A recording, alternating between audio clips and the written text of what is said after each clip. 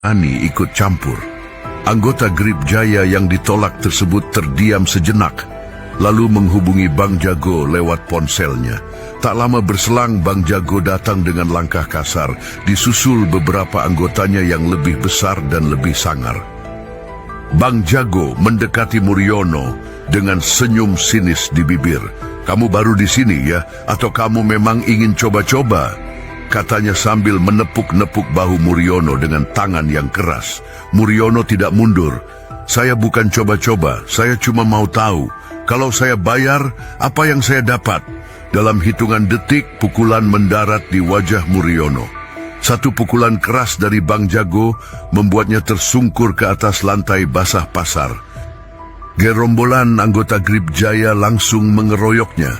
Kepala Muriono membentur lantai. Darah mulai mengalir dari hidung dan pelipisnya. Gerobak ikan yang menjadi sumber penghidupannya dihancurkan dengan tendangan dan pukulan kayu. Teriakan minta tolong dari Muriono tertelan dalam sorak-sorai massa Grip Jaya yang puas menyaksikan aksi brutal mereka. Di seberang jalan pasar, tepatnya di sebuah warung kopi sederhana yang biasa menjadi tempat istirahat para pekerja pagi, Sersan II Anom Wardono duduk dengan secangkir kopi panas di tangan. Ia sedang menikmati masa cuti singkat setelah menjalani misi rahasia yang melelahkan. Tubuhnya masih terasa pegal, pikiran belum sepenuhnya rileks, tapi ia mencoba menikmati ketenangan pagi itu.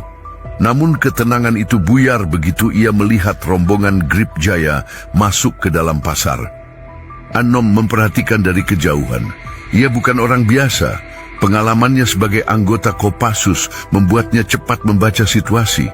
Gerak-gerik anggota ormas itu, cara mereka berpakaian, dan perilaku premanisme yang terlihat jelas tidak bisa ditutupi oleh atribut ormas apapun.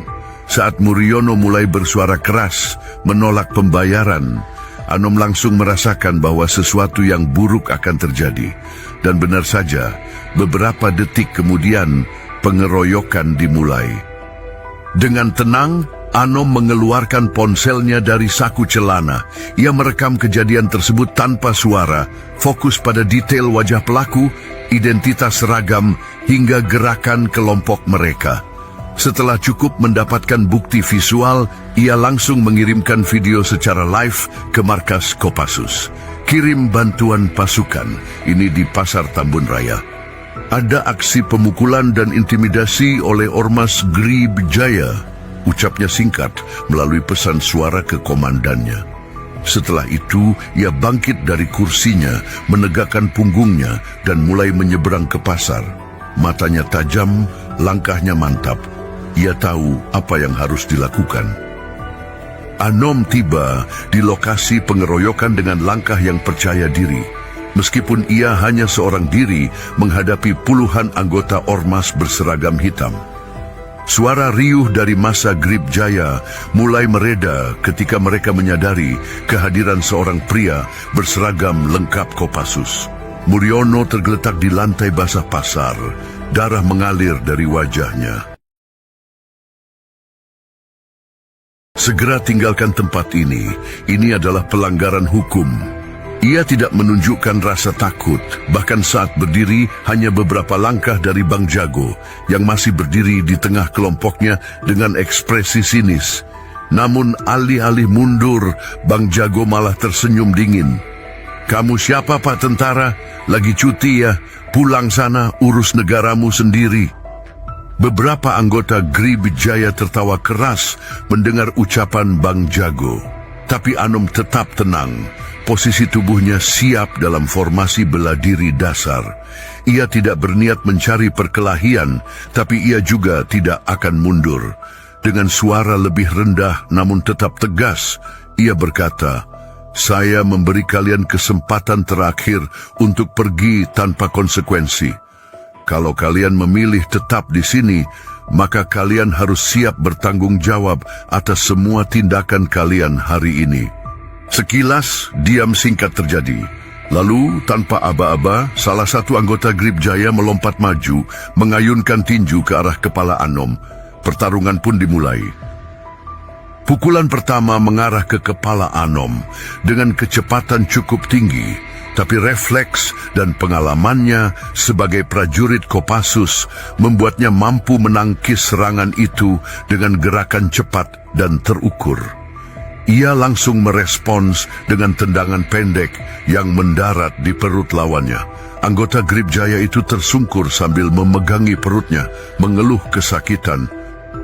Namun, satu pukulan saja tidak cukup untuk membuat mereka mundur.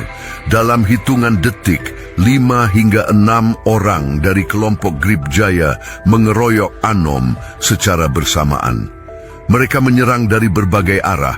Ada yang mencoba menjambak rambutnya, ada yang mengayunkan tangan ke wajah, bahkan ada yang membabi buta menendang tubuhnya. Tapi Anom tetap berdiri tegak, meski harus menerima beberapa pukulan keras. Dengan kombinasi jurus bela diri militer dan teknik tempur jarak dekat, Anom mulai melumpuhkan beberapa anggota ormas satu persatu. Kepalanya sedikit terluka akibat benturan dengan tiang kayu pasar, tapi ia tidak goyah. Ia berhasil melemparkan 2 orang ke lantai basah pasar hanya dalam waktu singkat. Namun jumlah musuh terlalu banyak.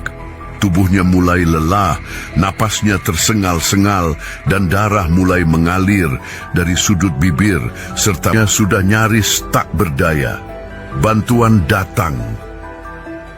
Truk militer berwarna hijau tua tiba di lokasi dengan kecepatan tinggi. Rodanya menghantam aspal basah bekas guyuran hujan pagi, menyemprotkan genangan air ke tepi jalan. Truk itu berhenti mendadak di depan pasar, memotong jalur aksi Grip Jaya yang sedang mengeroyok Anom. Pintu belakang truk terbuka dan satu regu Kopassus berseragam lengkap langsung turun dengan gerakan cepat dan terorganisir. Para prajurit itu tidak membuang waktu. Dengan formasi pengendalian massa yang terlatih, mereka segera membentuk barisan dan mulai mendorong mundur anggota ormas menggunakan perisai anti huru-hara dan pentungan karet. Tidak ada tembakan, tidak ada gas air mata, hanya pukulan tegas dari senjata non-mematikan untuk melumpuhkan lawan tanpa menimbulkan korban jiwa. Beberapa anggota Grip Jaya mencoba melawan, tapi mereka tidak siap menghadapi pasukan elit yang datang secara terorganisir. Dalam hitungan menit, kelompok preman itu mulai kocar-kacir. Ada yang mencoba lari, ada yang bertahan sejenak, tapi akhirnya tersungkur karena dipukul atau ditendang oleh prajurit Kopassus.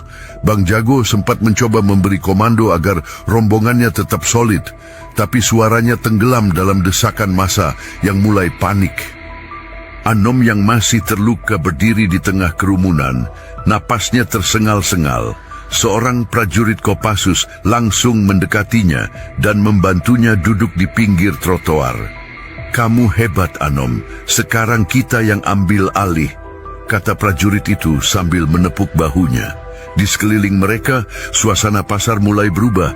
Rasa takut yang selama ini menggantung mulai berganti menjadi semacam harapan. Setelah masa Grip Jaya berhasil dibubarkan oleh pasukan Kopassus, suasana di pasar Tambun Raya mulai reda. Para pedagang yang sebelumnya hanya bisa menyaksikan dari kejauhan mulai berani mendekat. Beberapa membantu Muriono yang masih tergeletak lemah akibat pukulan bertubi-tubi. Seorang ibu dengan cepat mengambil kain basah untuk membersihkan darah di wajahnya, sementara seorang bapak memanggilkan ambulans. Namun selain rasa syukur, ada juga amarah yang mulai bangkit di hati warga. Selama ini mereka hidup dalam tekanan, takut melawan karena ancaman.